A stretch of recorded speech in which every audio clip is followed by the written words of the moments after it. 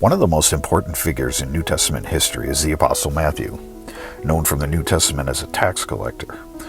As a Jew living in the first century, this would be considered a reviled and despicable profession because tax collectors at the time had a reputation of dishonesty. And there was the obvious fact Jews living under Roman occupation could be seen as traitors if they collected money from their own people to give to the enemy.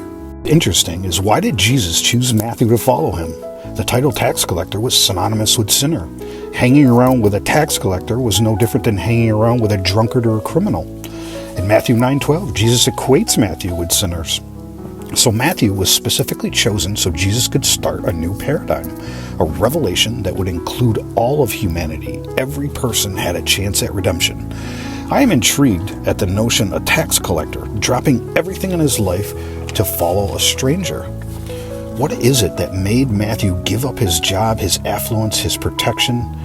Now we can suggest he did it out of guilt for his past treatment of his own people as a tax collector, but it is very clear something happened.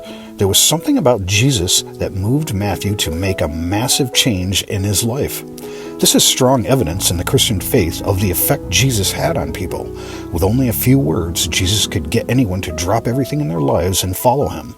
Saul of Tarsus, a Pharisee and a member of the Sanhedrin, a Roman citizen and persecutor of Christians, would encounter Jesus, then completely alter his life, changing his name to Paul and traveling a multitude of miles spreading the message. Now, what is important about the book of Matthew?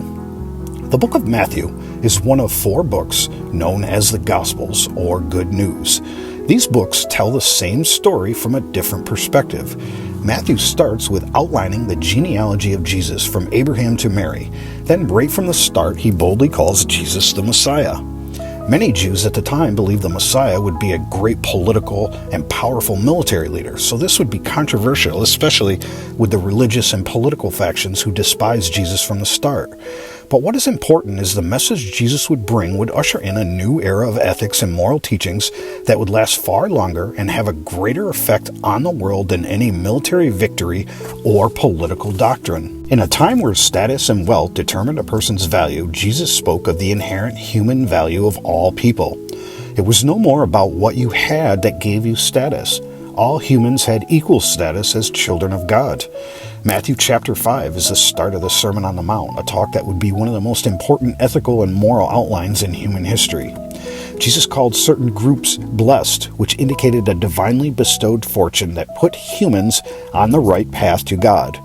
People poor in spirit, the mourner, the meek, meaning those who held power but chose to restrain it, the merciful, the pure in heart, the peacemakers, and those who suffer and will suffer doing the will of God in the face of persecution. So the great general, the king, the downtrodden worker, the homeless beggar were all placed together with an inherent value and a call to be humble, to be meek, to love, to be peacemakers. Jesus then makes it clear that he had not come to abolish any law, but to fulfill it. Highlighting the Jewish Old Testament 10 Commandments, Jesus sets the standard. The 10 Commandments are the prohibited sins that lead everyone to destruction. Now, what is sin? Sin is breaking God's laws and also corrupting good things. Eating food is good, but when it becomes gluttony, it is corrupted into something bad that leads to poor health. The truth is good, but when it is corrupted, it becomes a lie, which is obviously bad. It is important to note how the sins in the 10 Commandments are intimately intertwined. If you murder or steal, you have to lie to keep from being held accountable. Coveting leads to adultery, and adultery dishonors our father and mother.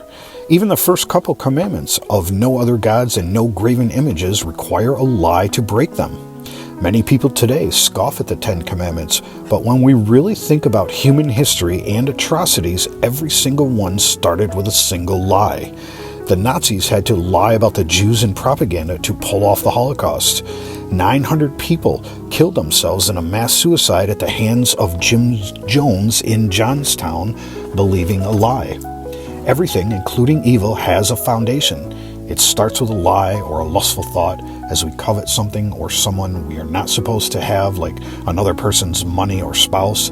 Jesus laid a foundation of what we are supposed to be in the Beatitudes, Matthew 5, 3-11, and what we are not supposed to be in the 10 Commandments, Matthew 5, 17-33. Jesus tells us to stop hating and start loving even our enemies.